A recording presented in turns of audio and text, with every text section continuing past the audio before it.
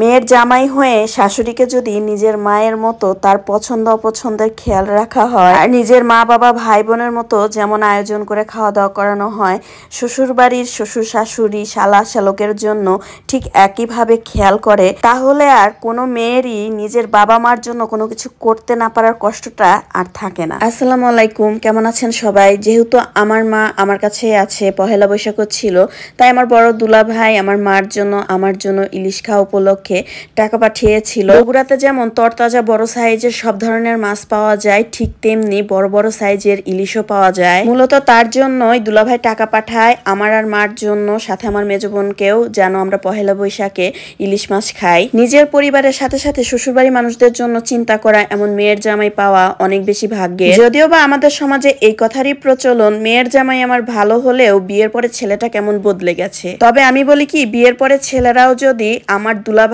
বা আমার হাজবেন্ডের মতো দুইবারই ব্যালেন্স করে চলে, তখন আর এই সমস্যা হয় না। মাছ কেনার জন্য হচ্ছে মেয়ের জামাই শাশুড়ির জন্য ইলিশ মাছ কিনছে। আমার জামাই না, আমার বড় দুলাভাই আমার মার জন্য টাকা দিছিল ইলিশ মাছ কিনতে। এই যে ইলিশ মাছ কেনা হয়েছে, এই যে একটা। পহেলা বৈশাখের সময় যেহেতু দাম বেশি থাকে, ওই সময় আমি কিনি নাই।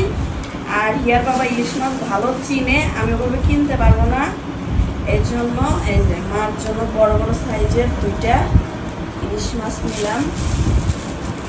যাই হোক, ইলিশ মাছ ছাড়াও কিন্তু আমি বেশ কিছু মাছ কিনেছি, এগুলো অনেক বেশি পছন্দের মাছ আমার। তার মধ্যে আছে বাইম মাছ। এই বাইম মাছটা আমি অনেক বেশি পছন্দ করি। বাম মাছগুলা কিন্তু বেশ বড় বড় সাইজের ছিল আর অনেক বেশি ফ্রেশও ছিল। এখানে আসলে সব মাছই অনেক বেশি টাটকার ফ্রেশ পাওয়া যায়, এটার গ্যারান্টি। সেই সাথে এখানে নিয়েছি কিছু চিংড়ি মাছ, এখানে 1 পোয়া চিংড়ি মাছ নিয়েছি। এগুলো নদীর সাদা চিংড়ি, সেই চিংড়ি মাছটা একদম টাটকা ফ্রেশ। বাম মাছ হাফ কেজি নিয়েছি 500 টাকা, 1000 টাকা কেজি। আর চিংড়ি হলো 1600 টাকা কেজি। আমি 1 পোয়া চিংড়ি নিয়েছি 400 টাকা দিয়ে। 1 পোয়া ছোট বেলে মাছ নিয়েছি। এই মাছটা হিয়ার বাবা খায় না ইদানিং, শুধু এই মাছ না, কোনো মাছই যেন হিয়ার বাবা ভালো করে খেতে চায় না, বুঝতে পারতেছি না আসলে কি সমস্যা। যাই হোক, হিয়ার বাবা যেহেতু বাসায় ছিল না, তাই টুকটাক কিছু তরকারি লাগতো, সেগুলোও এনেছি।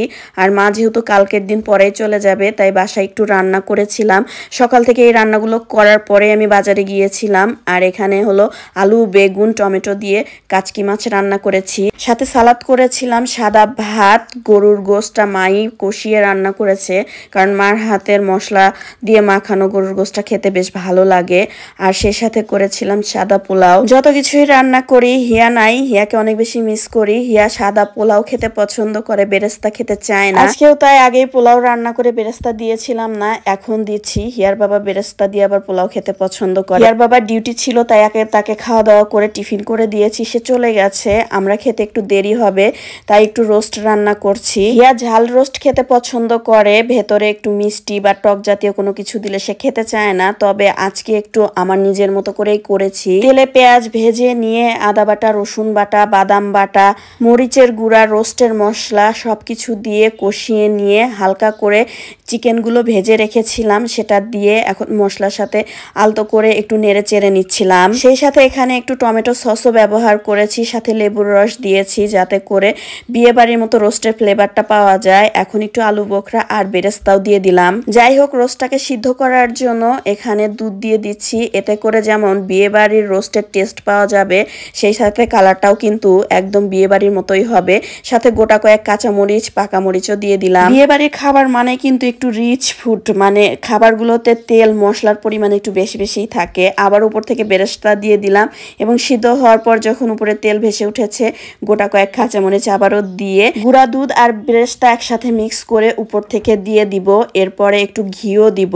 আপনাদের কাছে আমার ঘরোয়া ভাবে এই রোস্টের রেসিপি কেমন লাগলো সেটা অবশ্যই কমেন্ট করে জানাবেন। সবাই খেয়ে তো অনেক বেশি প্রশংসা করেছে। আমি আসলে নিজের মতো করে রান্না করি, কোনো রেসিপি শিখাচ্ছি না। মা যেহেতু চলে যাবে, তাই মা যাওয়া উপলক্ষে আজকের রোস্টটা একটু বেশি স্পেশাল করে বানিয়ে ফেললাম, সাথে শেষ পর্যায়ে একটু ঘিও দিলাম। আর এই ঘি দেওয়ার জন্যই কিন্তু রোস্টে একটা শাহি ফ্লেভার অ্যাড হয়। যাই হোক, আজকের ভিডিওটা এই পর্যন্তই। ভালো লাগলে কিন্তু অবশ্যই একটা লাইক, কমেন্ট, শেয়ার করে দিবেন। সবাই ভালো থাকবেন, সুস্থ থাকবেন।